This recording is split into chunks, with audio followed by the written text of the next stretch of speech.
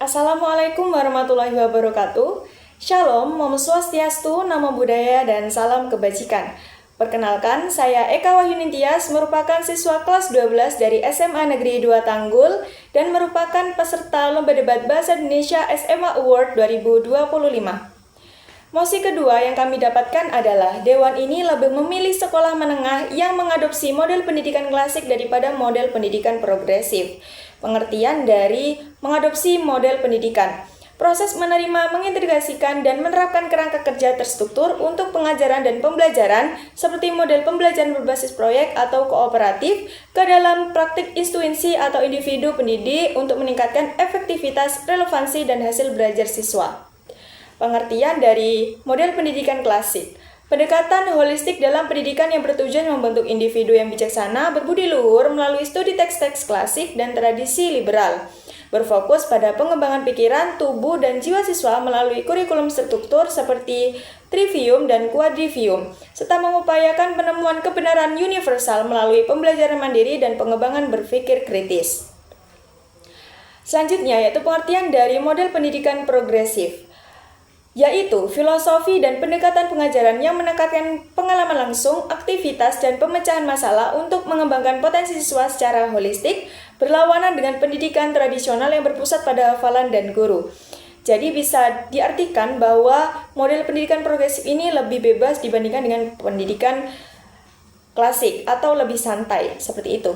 Secara garis besar, perbedaan utama pendidikan klasik dan progresif adalah terletak pada fokusnya. Pendidikan klasik berpusat pada guru, kurikulum, dan standar pengembangan kebijakan serta kebijaksanaan melalui studi liberal. Sementara pendidikan progresif berpusat pada siswa, pengalaman, berpikir kritis, dan adaptabilitas kurikulum untuk mempersiapkan siswa menghadapi kehidupan yang nyata.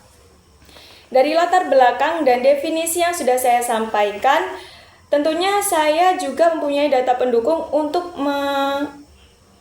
mendukung saya sebagai tim pemerintah, yakni beberapa argumen yang akan saya sampaikan. Ada 3 poin argumen yang akan saya sampaikan. Yang pertama, sebagai fondasi ilmu dan logika yang kokoh. Yang kedua, pembentukan karakter, etika, dan kebijakan. Dan yang ketiga, stabilitas dan keberlanjutan nasional. Saya akan bedah satu-satu maksud dari poin-poin yang saya sampaikan.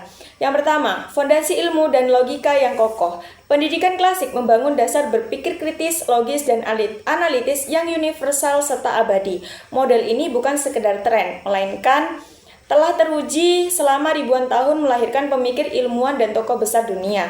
Contoh kasusnya yakni bukti statistik lulusan sekolah klasik cenderung lebih unggul dalam tes logika, retorika, dan problem solving dibanding sekolah progresif. Yang kedua, pembentukan karakter, etika, dan kebajikan. Pendidikan klasik tidak hanya mencetak siswa cerdas, tapi juga membentuk pribadi berkarakter, berdisiplin, dan berbudi luhur. Contoh nyatanya adalah negara-negara Skandinavia yang memasukkan pendidikan karakter klasik sejak dini, menunjukkan tingkat kriminalitas dan korupsi yang rendah karena generasi muda dibentuk dengan nilai moral yang kuat. Yang ketiga, yakni stabilitas dan keberlanjutan nasional. Pemerintah membutuhkan model pendidikan yang stabil dan jelas untuk membangun kualitas SDM jangka panjang. Dengan model klasik, arah pendidikan bangsa tidak mudah goyah, sehingga lebih menjamin keberlangsungan pembangunan nasional. Contohnya adalah sistem pendidikan klasik di Jerman dan Inggris bertahan ratusan tahun dan terbukti memproduksi generasi profesional yang berkualitas tinggi. Kesimpulan dari argumen yang saya sampaikan, mengapa saya sebagai tim pemerintah sangat setuju dengan mosi ini adalah karena pendidikan klasik membangun fondasi ilmu yang kokoh, karakter dan moral yang mulia, serta stabilitas pendidikan jangka panjang, sehingga generasi muda siap menghadapi tantangan zaman dengan kepintaran, kebajikan, dan ketahanan. Undang-Undang Dasar 1945 Pasal 31 Ayat 1 dan 3, hak atas pendidikan yang meningkatkan akhlak mulia dan kecerdasan bangsa. Pendidikan sejati membentuk akal dan budi, bukan sekedar menghafal. Dengan model klasik, kita menyiapkan generasi cerdas, berbudi luhur, dan siap menghadapi tantangan zaman. Baik, itu saja yang bisa saya sampaikan. Kurang lebih saya memohon maaf.